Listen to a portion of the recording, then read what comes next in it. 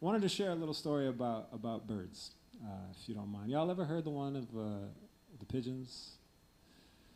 You couldn't have because I made it up myself and I never told it. So check it out. This is new. I'm gonna try this. Bear with me. But كان يا مكان في قديم الزمان حتى كان. Once upon a time, long ago, there was a beautiful brownstone building in Brooklyn. And the landlord of this multi-tenant building loved birds. So much so, in fact, that he took it upon himself to raise a gorgeous white dove on his rooftop in a big golden cage. And he loved this dove so much. It was beautiful. He'd wake up every morning at the crack of dawn, take a fresh piece of bread that he had just baked the night before, walk out onto his rooftop, break off a piece of this bread for this beautiful bird. And it would hop on over to the side of the cage where there was a little opening for it to stick its head in, and it would eat the bread. And this bird was so beautiful, in fact, that the landlord actually charged his tenants a little extra if they wanted to go up to the top floor and spend a little time with this bird and hear its beautiful coo. But he loved all birds. And so even though he was raising this one up there, he knew there were many others in the city too. And so he would walk down the steps right after he fed the bird upstairs and take that second half of bread, walk down the steps of his front stoop, and toss it into the little grassy patch in front of the house for the rest of the pigeons on the block. Now, before all the pigeons would gather there was one badass pigeon in particular. One of these New York City pigeons that walks with a swagger, has got Tim's on, and a New York Knicks jersey, and hat to the side, the notorious P.I.G. And every other pigeon would wait for him to get his fill before they came and partook, in the crumbs that were left. Now, needless to say, this badass pigeon felt some kind of way about that pretty little dove up above. You think you're so fly, way up high, but you don't really know as real life happens down low. And this tension was, growing thicker and thicker. Now this pigeon was actually just a little bit jealous, of all the love that pigeon was getting, the fact that it got that bread first. I was like, why is that? I don't understand why the landlord thinks he's so cool. It's ridiculous, And also, that dove up there, truthfully, was envious of the pigeons down below because he was stuck up in this cage, and he saw that those pigeons were really free to do whatever they wanted, whenever they wanted. Now, one morning, as the landlord opened up that rooftop door and started making his way over towards the dove was opening his eyes. It was real early. He was just getting ready to get his bread. And so he hops on over there, he hears the landlord drop the bread and slowly walk back to the door like he normally would. And he sticks his head through the opening and he looks down and there's no bread. And he's like, what? What's going on? Why isn't he giving me any bread? He always gives me bread. Doesn't he love me anymore? I don't understand. I'm his favorite. I'm the dove. I'm the one, the tenants come and kick it with me and I sing for them and he gives me the bread. That's how it's supposed to go. Then, a minute later, landlord opens up the front door like he normally does, walks down the stoop, tosses that other half of the bread into the grassy patch. Of course, badass pigeon starts sauntering over with his swagger. Let me get my bread, my daily bread. Looks down, there's no bread. So, of course, he immediately starts to blame the dove up on top. And he's like, hey, how dare you eat all my bread? What did you say to the landlord that made him not want to give me bread? I'm tired of you. I'm tired of this shit.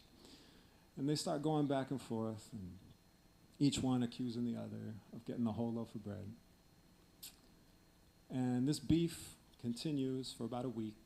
And they go from hungry to hangry and, just dissing each other every morning. The dove, slightly more flowery in his language. The pigeon, maybe less so. But the tension, again, was really, really thick.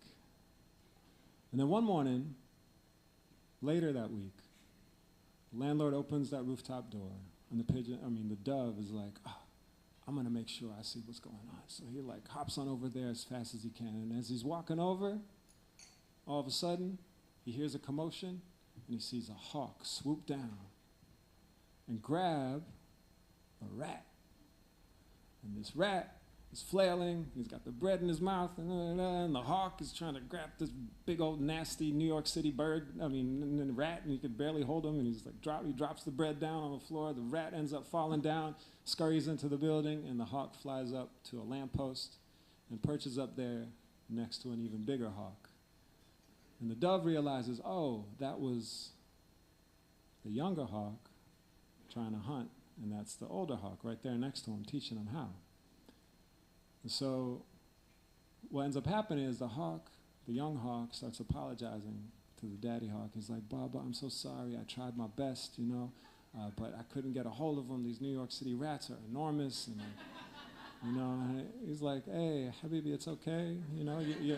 Your talons are just growing, and, failure is the only way that you'll ever really learn. And let me show you how it's done.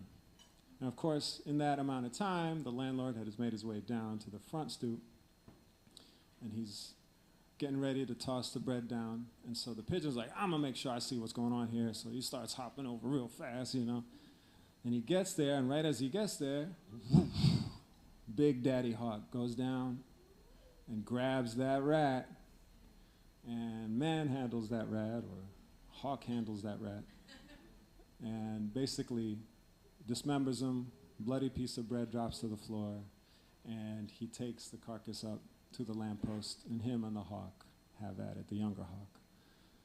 So in that moment, the pigeon realizes the error of his ways, and so does the dove. It's like, I've been accusing you this whole time. I didn't realize that, it was a rat that was just stealing from me. And the dove is like, yo, I'm sorry too, I didn't realize, And they came to the same conclusions, which were, number one, biologically, these are the same exact bird. If you hand a dove or a pigeon to an Egyptian farmer, he will happily kill and pluck and stuff and grill either one of them and eat them without hesitation. And they also realized that the hawk was the real badass on the block, that he was there long before them. In fact, the hawk evolutionarily is a descendant of the raptors. The hawks were here in North America indigenously. This dove and this pigeon were brought by Europeans in the 1500s.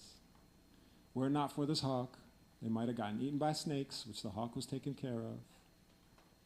Were it not for this hawk, their bread and all their other little bits that people would toss down for them would be eaten by the rats, but the hawks were taking care of them too.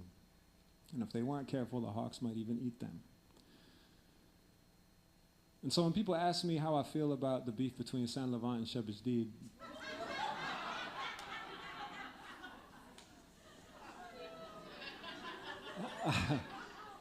I just respectfully remind them that I'm a 44-year-old man with a son closer in age to those rappers than they are to me, raising a little hawk to know how to hunt in North America, and I ain't got no time for no silly little rapper beef.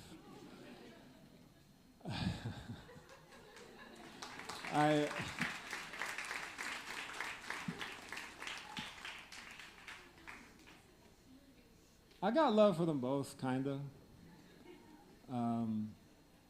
It just is something,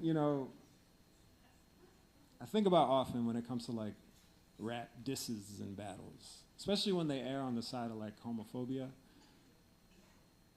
It's like you're a grown man writing a poem about another grown man because you can't stop thinking about him.